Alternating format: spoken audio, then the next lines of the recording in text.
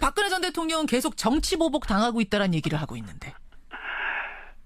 그 사람이야말로 민중을 배반하는 반민이죠. 반민의 행위를 계속하고 있는 것이죠. 민중을 배반. 이 정의롭게 만드는 노력이라는 것은 이건 가차가 없습니다.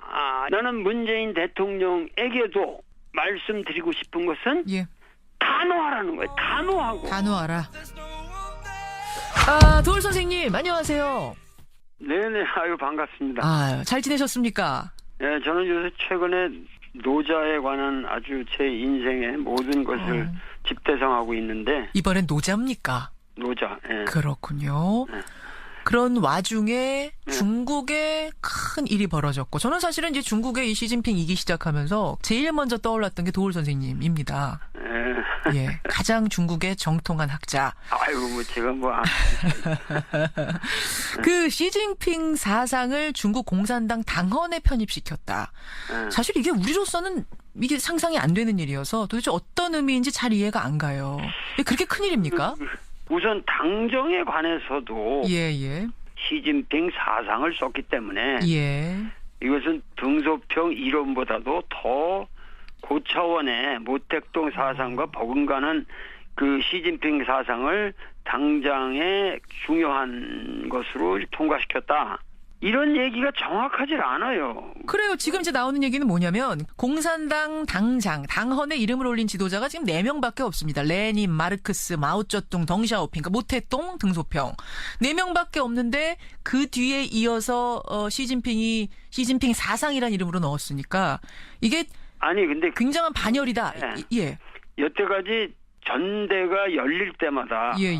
이 당장 수정이 안 된 적이 없어요. 매번 돼 왔고 그리고 시진핑 사상이 이번에 들어가질 않았어요. 정확하게 얘기하면은 그래요. 어떻게 들어가 있냐면은 시진핑 신시대 중국 특색 사회주의 사상이라는 말로만 들어가 있습니다. 그게 시진핑 사상이라고 지금 알려져 있는 건데 그건 다른 겁니까? 있는데 이 중국인들 감각에는 항상 당장이라는 건 개정되어 온 것이고 우리가 시진핑 사상을 받들자 이런 식으로 들어간 게 아니라 시진핑 신시대 중국 특색 사회주의 사상을 진지하게 학습하자 이런 식으로만 들어갔습니다. 그런 그 외국 언론이 이렇게 센세이셔널하게 내놓는 그런 변화는 아니라는 거예요. 그리고 우리가 정확하게 그러면 이 신시대 중국 특색 사회주의라는 것이 무엇이냐 여기에 대해서 깊은 인식을 가져야 한다는 거예요. 자, 그러면 정리를 좀 하자면 우리가 지금 이제 언론을 통해서 알고 있듯이 레닌, 마르크스, 마오쩌둥, 덩샤오핑 4명밖에 없는 그 반열에 시진핑이 올랐다. 어마어마한 일이다라고 얘기를 하고 있는데 그것보다는 중국 사람들이 받아들이는 것은 좀 덜하다 이 말씀이신 거예요? 덜할 뿐만 아니라 그렇게 그 시진핑 사상이라는 말로 모택동 사상과 같이 이렇게 포뮬레이트된 개념은 아니라는 얘기. 아니라는 말씀. 그럼 이제 지금 신시대 중국 특색 사회주의라는 게 뭔지를 아는 게 더 중요하다고 말씀을 하셨는데 그게 뭡니까? 신시대 중국 특색 사회주의라는 것이. 그러니까 중국 특색 사회주의라는 것은 등소평이라는 분이 이미 얘기를 한 거예요. 우리가 사회주의만 가지고는 안 되고 시장 경제를 도입해야 되는데 그러려면은 그 중국 특색의 사회주의가 필요하다. 그래서 중국 특색 사회주의라는 말을 썼는데 덩샤오핑 때 처음으로 들어갔었는데 들어갔는데 여기에는 사계 전면이라는 거 하고 오위일체라는 게 있어요. 사계 전면 오위일체? 다 어려운 말이네요. 이게 무슨 말입니까? 어려운 건데 사계 전면이라는 거는 이 전략적인 이 방법론이란 말이에요. 네 개는. 그래가지고 이것이 도달하고자 하는 목표가 있어요. 그렇겠죠. 그 목표가 오위일체라는 거예요. 오위일체는 뭡니까? 경제 건설, 정치 건설, 문화 건설, 사회 건설, 생태 문명 건설 5개의 오위가 일체라는 거예요. 요번에 오위 일체에서는 생태 문명 건설이라는 들어갔어요. 생태 문명 건설. 왜 시진핑은 이것을 넣었을까요? 이게 무슨 의미입니까? 이 생태 문명 건설이라고 하는 것만이 사실은 시진핑 사상의 핵심이란 말이죠. 그렇게 되겠네요. 결국은 여태까지 개혁개방 이외로 추구해왔던 중국 역사의 목표는 그 무조건 부를 누구라도 먼저 버는 사람들이 장땡이다. 그리고 그렇게 해서 일단 국가의 그 경제를 불리면 그 부수적인 게 인민에게 떨어질 것이다. 이게 선부론이었는데 그렇죠. 이 사람은 이 생태 문명 건설이라는 것은 우리 역사가 이제는 이러한 발전관에 매이지 않는 새로운 역사 단계를 진입했다. 그러니까 정치, 경제, 문화, 사회 잘 먹고 잘 살자 이런 쪽으로 쭉 지금까지 달려왔다면 이제는 생태 문명 어떤 자연과의 그렇죠. 이 조화 이런 것까지 다 생각하면서 발전하는 것으로 우리가 좀 자리 잡아보자. 그렇죠. 그거를 신시대라고 말하는 거예요. 신시대. 그게 신시대고 이것은 신사상이라는 거예요. 그러면요. 사실 지금 중국이 굉장히 눈부시게 경제 발전을 빠른 시간 안에 이뤘는데 아무리 눈부시게 성장을 했다고 해도 미국이 만들어온 국제 질서 안에서 성장을 해왔던 거 아닙니까? 네네. 실제로 중국이 미국을 넘어서려면 그 미국식 국제 질서를 뛰어넘어야 되는데 이 생태 문명 부분까지 신경을 쓰면서 발전하자는 의미는 그럼 우리식의 어떤 세계 질서, 미국을 뛰어넘어 보겠다 뭐 이런 도전으로도 볼 수 있는 건가요? 지난번 공산당 대회에서 18대에서 중국몽이라는 말을 끄집어냈거든요. 중국몽이라는 것은 우리가 꿈을 꾸면 이루어진다. 과거에 우리가 당나라가 그 과시했던 그러한 우리 중국 문명의 모습을 다시 한번 되찾을 수 있다. 꿈꾸자. 그래서 중국몽이라고 그랬는데 요번에 그 중국몽이라고 하는 것을 이 생태 문명 건설이라는 것으로 구체화시킨 거죠. 그런데 중국에는 우리가 이 시진핑이가 3시간 반을 뭐 읽었다 그러면 사람들이 다 저거 미친 사람 아니냐. 거기서 그렇게 서가지고 사람들 오줌도 말이 올 텐데 왜 저렇게. 연설문을 3시간 반 읽었어요. 그렇지만 사실은 뭐냐면은 중국인은 최소한 1억 명의 공산당원이 있습니다. 그렇죠. 그리고 이 사람들은 그 시간 동안에 3시간 반 동안에 진지하게 그 시진핑이 말하는 걸 학습을 해요.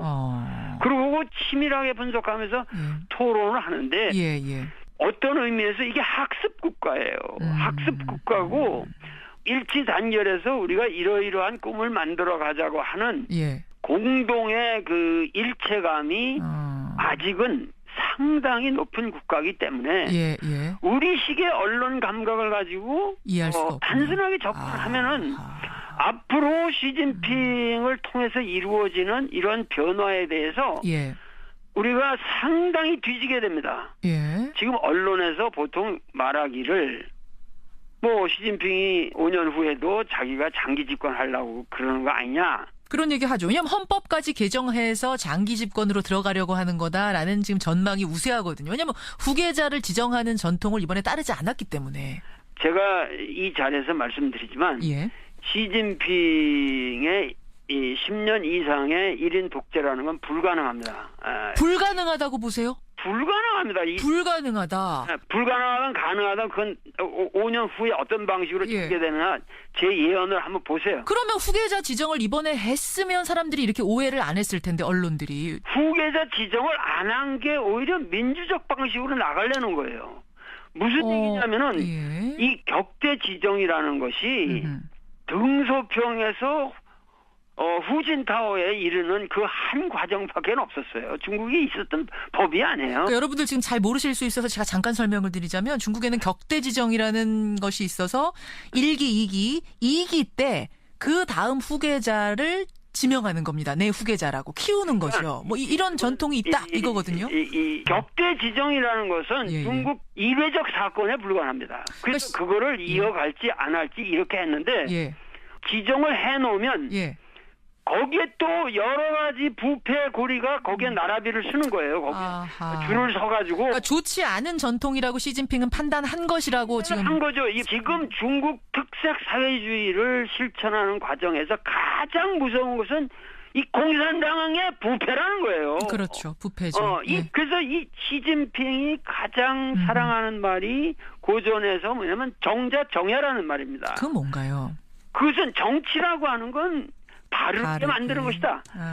부정의를 정의롭게 만드는 이 작업을 내가 계속하지 않으면 중국은 멸망한다는 거예요. 이 사람 판단력에 의하면. 그런데 후계자 지정만 안 하는 것이 아니라 상무위원 10명 뽑아야 되는데 그것도 7명만 뽑으면서 자기 측근으로 다 채웠단 말입니다.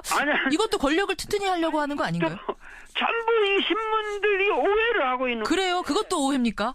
5명 중에 예를 들면 한정 같은 사람은 이 사람은 상해파로서 그 아주 정통 강택민의 라인이고 왕양 같은 사람은 공청단 출신으로 완전히 후진타오의 아주 정통 라인이에요. 그리고 나머지 3사람도 상당히 온건하고 모든 사람들과 문제가 없는 사람이기 때문에 시진핑이 독재를 하기 위해서 그런 건 아니라는 얘기야. 와, 전 지금요. 사실은 이 인터뷰 들어오기 전에 상당히 많은 자료들을 읽고 전문가들의 분석을 읽고 이러고 들어왔는데 전혀 다른 이야기가 도올 선생님 입에서 나오니까 좀 당황스러울 정도예요. 내가 이게 그렇게 쉬운 문제가 아니에요. 중국에. 수만 명을 그냥 목을 치고 내고 감옥에 집어넣고 이러는 시진핑이 어떻게 후계자를 지목해놓고 뭐 애매하게 뭐 만들어 놓은 상태에서 정치를 할 수 있겠어요. 결국 그러면 부패 청산을 위해서 지금 후계자 지정도 안 하는 것이고 그 주변의 상무위원도 지금 다 측근은 아니라고 하셨지만 어쨌든 자기에게 우호적인 사람들로 채운 이유도 그 부패와의 싸움을 가열차게 하기 위한 것이다. 이렇게 판단. 가열차게 하기 위한 것이죠. 그러면서도 어떻게 하면은 그 부패 청산을 하고 그 빈익빈 부익분의 이런 거를 생태 문명 건설로 돌리느냐. 중국을 너무 나이브하게 제가 이런다 그래서 도울이라는 사람은 중국을 그냥 긍정적으로만 보려고 그런다 그러는 게 말할지도 모르겠으나 도울의 말은 현실의 이러한 측면도 우리가 반드시 정확히 봐야만 우리의 바른 전략이 나올 수 있다는 겁니다. 물론이죠. 그러면 선생님 이 상황에서 시진핑 2기에 들어서는 이 상황에서 신시대 중국 특색 사회주의를 외치는 이 시점에서 우리는 어떻게 해야 될 것인가? 사실 지리적으로, 역사적으로, 문화적으로 우리에게 너무도 큰 영향을 주는 중국이기 때문에 우리가 이 변화에 어떻게 대처해야 되는지 잘 모르겠습니다. 어떻게 해야 되나요? 한국이야말로 전 세계에서 중국을 문명적으로 리드할 수 있는 유일한 나라예요. 우리나라가요? 우리나라. 중국을 리드할 수 있는? 우리 생활문화, 효라든가 모든 문화가 우리 중국이 지향하는 바에 생태문명의 모든 가능성을 우리가 먼저 구현할 수 있는 나라라는 얘기예요. 우리가 이제 비록 작긴 하지만 사실은 한류 문화가 중국에 전파돼서 어마어마한 영향을 끼치는 것만 해도 한 예가 될 수 있겠네요. 하긴. 그 예가 되는 거죠. 그렇죠.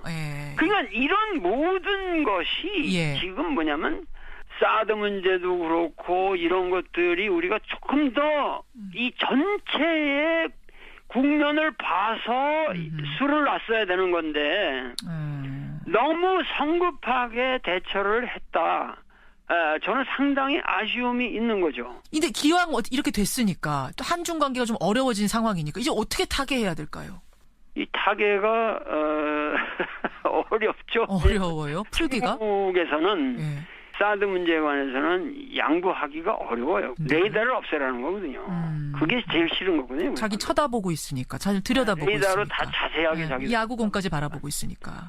그러니까는 어떻게 해서든지 우리 사드를 설치하지 않으면 아니 되었던 그 어려운 정황을 그 얘기해 가면서 그렇게 해서 우리가 이 남북 화해를 촉진하는 방향으로 중국이 적극 개입해 주는 것을 우리가 유도를 해야 됩니다. 그렇군요. 알겠습니다. 그러니까 결국은 충분히 설득하고 우리의 상황에 대해 이해시키면서 이 외교적으로 좀 풀어보자 이 말씀.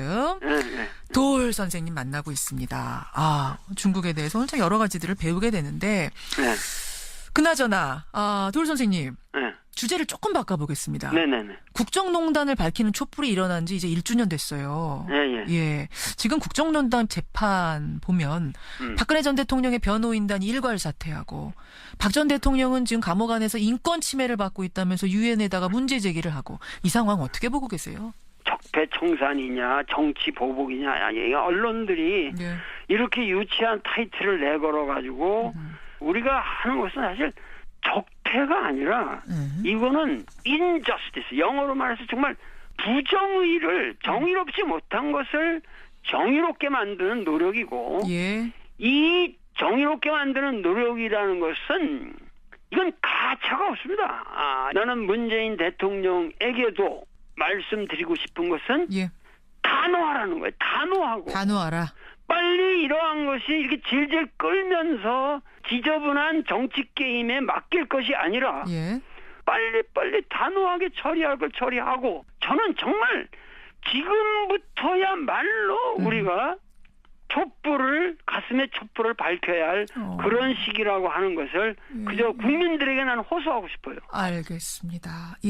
적폐청산 단호하게 이루어져야 한다. 정의를 만드는 데는 가차가 없다 이 말씀. 그래서 이거야말로 진정한 반민특위가 구성된 것이고 이 반민특위에 지향하는 바를 반드시 이번 역사는 성취해내지 않으면 안 된다고 저는 생각합니다. 근데 박근혜 전 대통령은 계속 정치보복 당하고 있다는 얘기를 하고 있는데.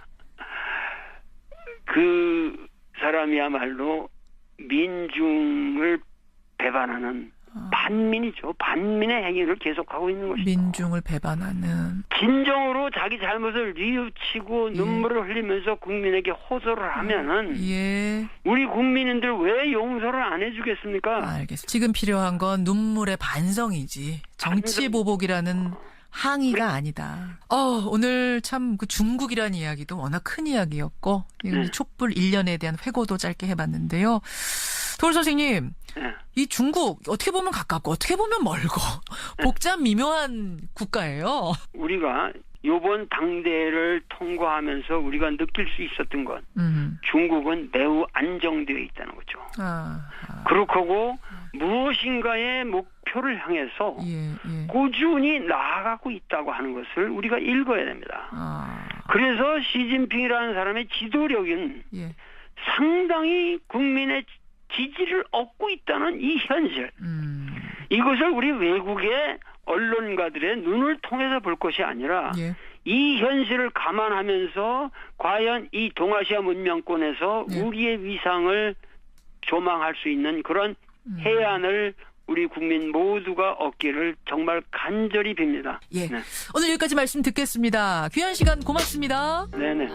도울 김용옥 선생님이었습니다.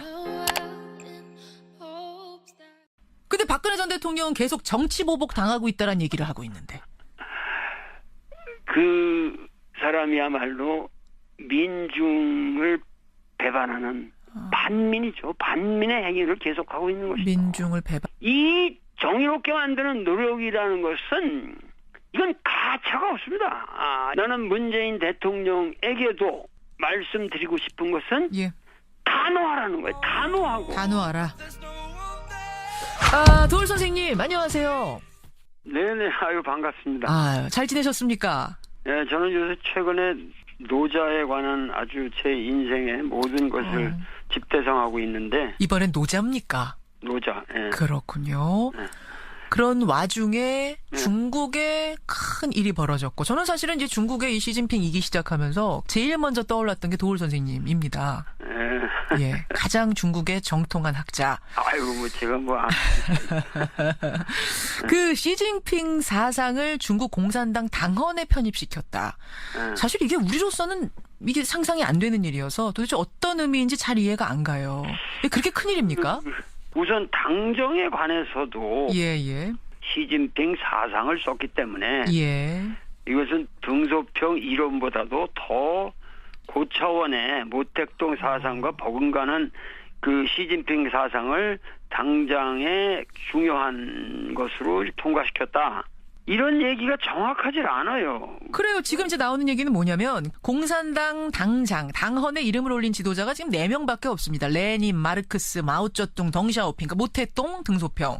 4명밖에 없는데 그 뒤에 이어서 시진핑 사상이라는 이름으로 넣었으니까 이게 아니 근데 굉장한 반열이다. 네. 예.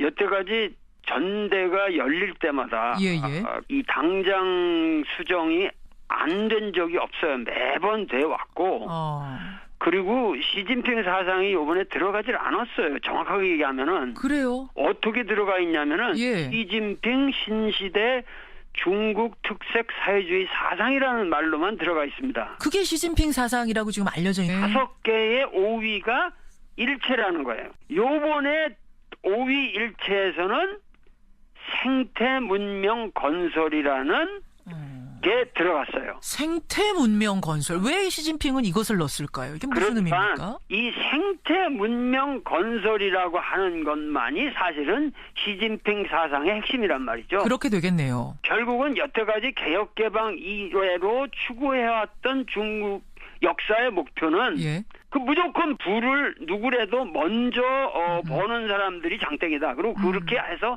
일단 국가의 그 경제를 불리면 그 부수적인 게 인민에게 떨어질 것이다. 이게 선부론이었는데 그렇죠.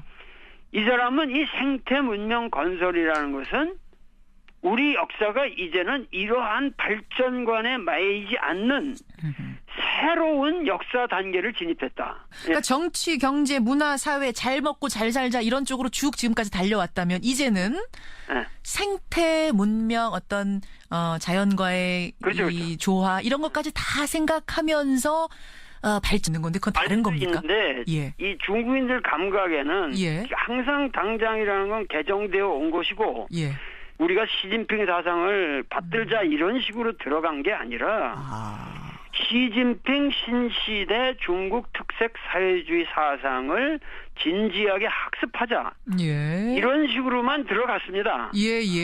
그런 그 외국 언론이 이렇게 센세이셔널하게 내놓는 그런 변화는 아니라는 거예요. 그리고 우리가 정확하게 그러면 이 신시대 중국 특색 사회주의라는 것이 무엇이냐 여기에 대해서 깊은 인식을 가져야 한다는 거예요. 자, 그러면 정리를 좀 하자면 우리가 지금 이제 언론을 통해서 알고 있듯이 레닌, 마르크스, 마오쩌둥, 덩샤오핑 4명밖에 없는 그 반열에 시진핑이 올랐다. 어마어마한 일이다라고 얘기를 하고 있는데 그것보다는 중국 사람들이 받아들이는 것은 좀 덜하다 이 말씀이신 거예요? 덜할 뿐만 아니라 그렇게 그 시진핑 사상이라는 말로 모택동 사상과 같이 이렇게 포뮬레이트된 개념은 아니라는 얘기죠. 아니라는 말씀. 그럼 이제 지금 신시대 중국 특색 사회주의라는 게 뭔지를 아는 게 더 중요하다고 말씀을 하셨는데 그 뭡니까? 신시대 중국 특색 사회주의라는 것이. 그러니까 중국 특색 사회주의라는 것은 등소평이라는 분이 이미 얘기를 한 거예요. 우리가 사회주의만은 가지고는 안 되고 시장 경제를 도입해야 되는데 그러려면은 그 중국 특색의 사회주의가 필요하다. 그래서 중국 특색 사회주의라는 말을 썼는데 덩샤오핑 때 처음으로 들어갔었는데 들어갔어요.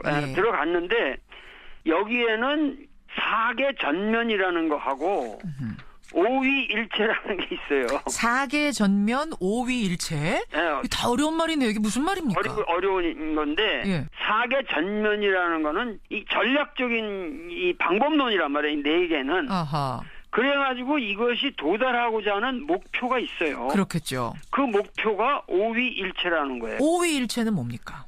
경제 건설, 정치 건설, 문화 건설, 사회 건설, 생태 문명 건설